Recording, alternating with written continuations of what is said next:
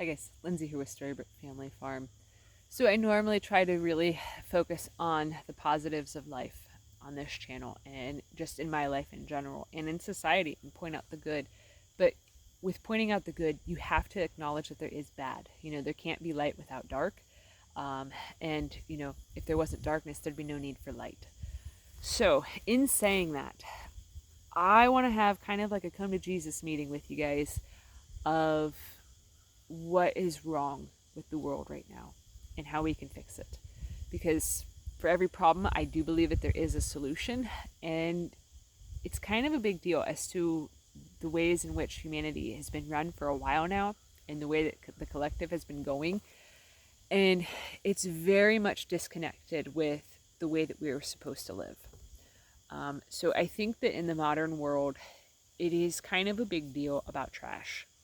So on the homestead that we're on now, we have been cleaning up trash for, the last year and a half of regularly cleaning up what the messes were left behind, which makes you really start to think about all of the things that you are throwing away. Even though you're not throwing them away and leaving them on your own property when you throw them in the trash can and then you take them out to the curb and, the trash company comes and picks them up, it is still going somewhere. That at some point in the future, that land is going to need cleaned up.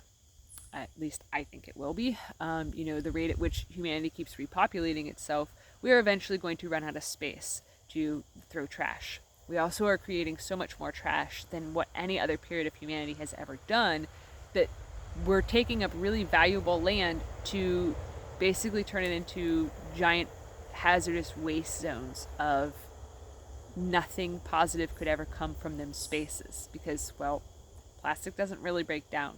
Neither does glass. Metal eventually kind of sort of does, but these things that are thrown away all the time are not good for the planet. They're not good for the earth. They're not good for anything. And as a whole, society has become very much addicted to what is quick, easy, and convenient. Those quick, easy, and convenient things are having long-term impacts on the earth. They're having long-term impacts on the way that everything for future generations is going to operate. Look at the health that people have nowadays. Right now, society is the most medicated that it has ever been in the collective, history of the entire planet. And, people can argue that it's because technology has advanced, but no one is looking at the fact that our entire lifestyle has changed into a way that humans were never designed to be. As a human being, you're designed to, if you were born healthy, you are designed to be able to walk, to jump, to lift, to build strength, to build muscles, to provide for yourself, to stay active. Nowadays, society tries to tell you all the time to not be active, to just take it easy, relax all the time, making it so that way obesity is at an all-time high that it's never been at before. All of the food is made with things that are not real food, that are just fillers and additives and salts and things of that nature to make you feel full faster, so that way you think that you ate something satisfying. Everything is so syntheticized, synthetic. Everything is so fake and unreal and ultra processed that nothing is real anymore. With the ways that technology has advanced itself, you are constantly struggling trying to go, is that a picture of a real person or not? Look at video games. Back in the day, like in the 90s and stuff, when I was growing up, like, you could tell that it was a video game. It was very obvious that Super Mario was not real, that he was very blocky, he was a regular character, like that it was very much fictionalized. Now with the advancements in technology, it's hard to tell if a movie is AI or if it is real, if the background stuff is real or if it is computer generated. With video games, it is hard to tell with the graphics what's real and what's not. So people in my generation are kind of the last grouping of people that understand how much things have changed, of how you really need to look at things carefully with a careful eye to know if it's real or not. The younger generations behind me, for reference, I am in my early 30s, so, that's in case that becomes important. The younger generation behind me has grown up completely with tech in every avenue of their life, every aspect of their life, and to where video games look very real. They have no ability to discern what is real, what is not.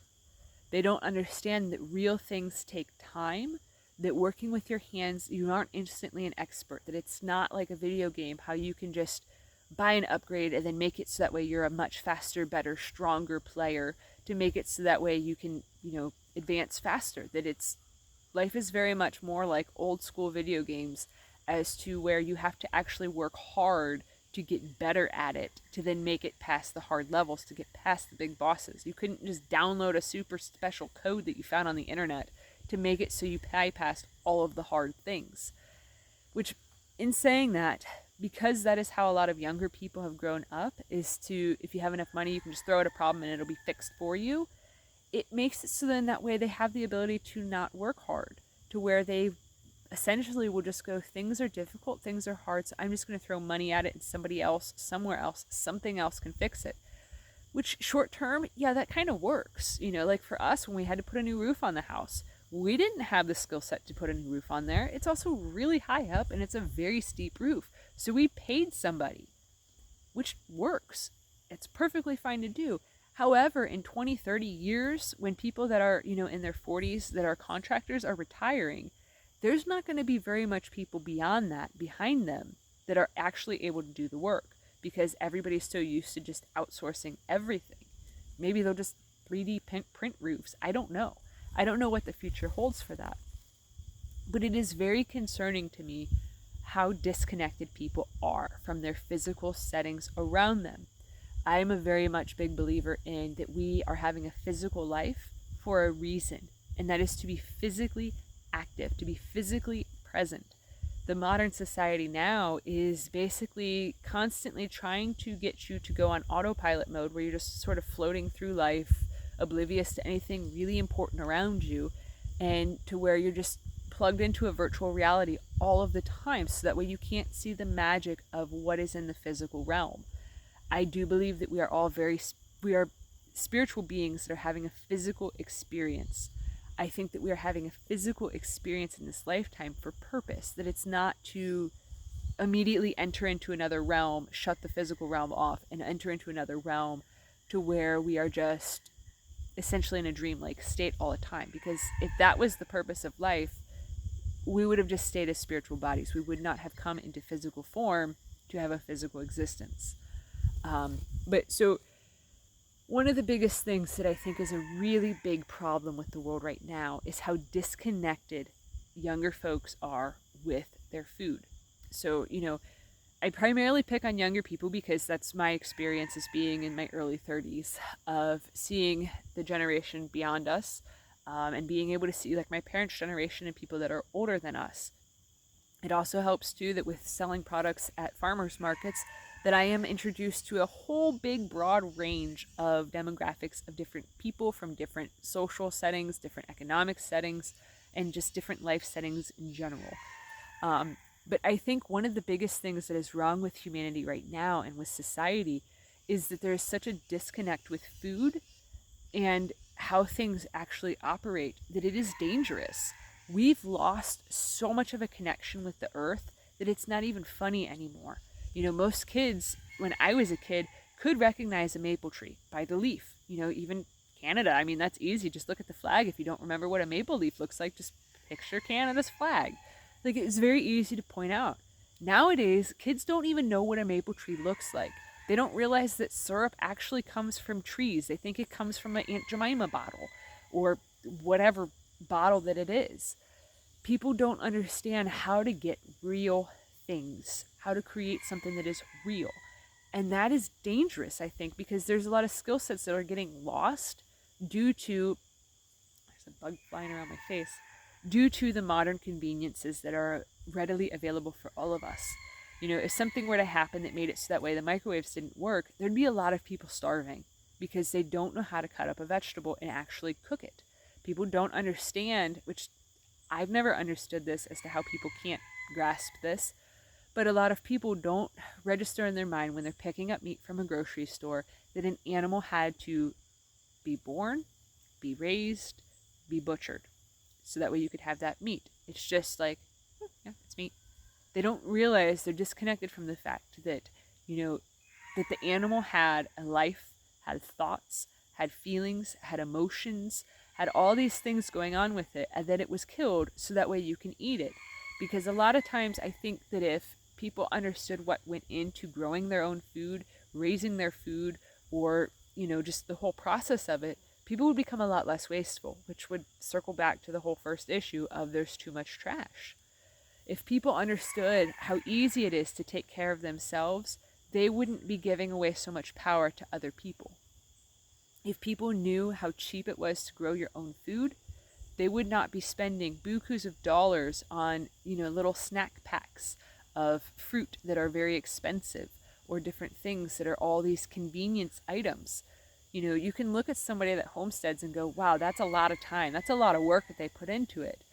But if you look at it as, we'll just trying to think of a good vegetable to put in, as we'll just do tomatoes, okay?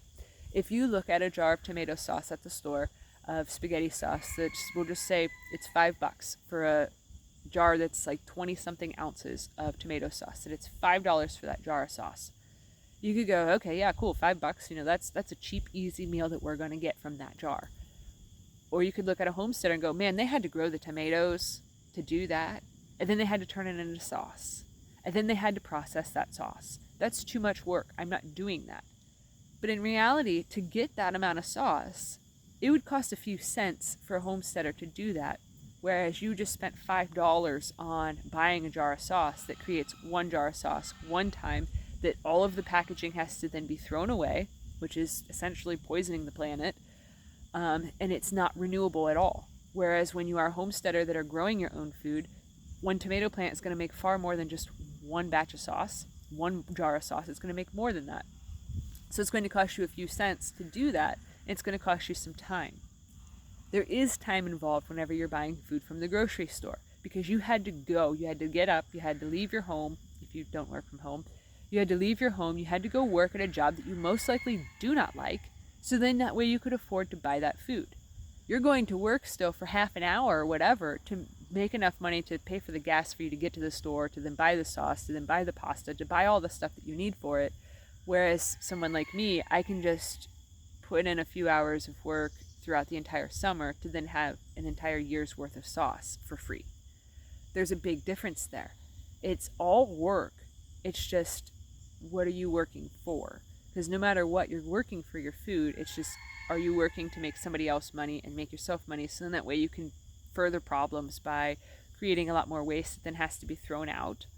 Like, if you were to start throwing your trash in your own yard instead of letting it be on somebody else's yard, it would be very eye-opening. Very eye-opening as to what the problems are. Because when you start looking at and taking note of how much we consume as just regular society people, even if you're a family that does not create a lot of trash. We don't create a lot of trash. Back when we lived in town, we would rarely have an entire bag of trash a week. And that was, for 3 people to have. That's not a lot of trash in this day and age. But that one bag a week quickly turns into 4 a month. Those 4 a month quickly turn into 48 a year. You can't fit that many bags of trash into a pickup truck. Okay, so when you start thinking about the long-term effects as to what we're doing as humans on this planet, it is very scary. It is very concerning because, not everybody has only one bag a week. There are several families that have, 10 bags a week. That adds up quickly. That is a big stinking deal. Stinking is really high on the list of the scent of it all. And just with everything with society of all these things becoming cheap, quick, easy, disposable technologies and disposable products and things of that nature. For most pieces of technology, things were mined that are not regenerative. There's this big emphasis put on doing renewable energy things of, solar power and all that stuff. Yes, it is renewable to catch energy from the sun. However, the parts that make up solar panels and the batteries are not regenerative, are not renewable resources. So it's kind of one of those things where it's I guess it's better than coal, but by what metrics is this better? Because you're still pulling out a non-renewable source. So it's kind of one of those things that even the whole green revolution is not the answer. I think that honestly the answer is to really take stock of your own life and try to become your own producer of your own stuff, at least for a short term type of thing. So then that way you can gain appreciation and knowledge as to what goes into what we are consuming, because it is very eye opening once you start producing your own goods to see and to understand what goes into it. And worst comes to worst, you're going to get really healthy by doing these things. So it's definitely a good thing to experiment with, I suppose you could consider it that, of becoming much more conscientious of what you're doing and what you're consuming and what you're leaving as waste for future generations. So anyways, that's my spiel for today as to what I think is wrong, and kind of a little bit as to what you can do to sort of stop things and to try to improve things in your own personal life that are not huge things. It's more of just becoming aware as to how broken this system is, because we've only been living this way in the past, like, not even 100 years. Like, grocery stores are a new thing in society, in the history of humanity. You know, a lot of the things that we have right now of being able to ship oranges across the country, across the planet, you know, grapes coming from really far away places so that way everybody can eat fresh food seasonally. This is not sustainable. The way this society has become so comfortable is not sustainable whatsoever. And it's concerning to me, to be quite honest. So anyways, let me know in the comment section below if you guys have anything else you'd like to add to this, because I think that collectively, as we watch different things, we all can add something to the conversation. So yeah, thanks for watching. Have a good one, guys.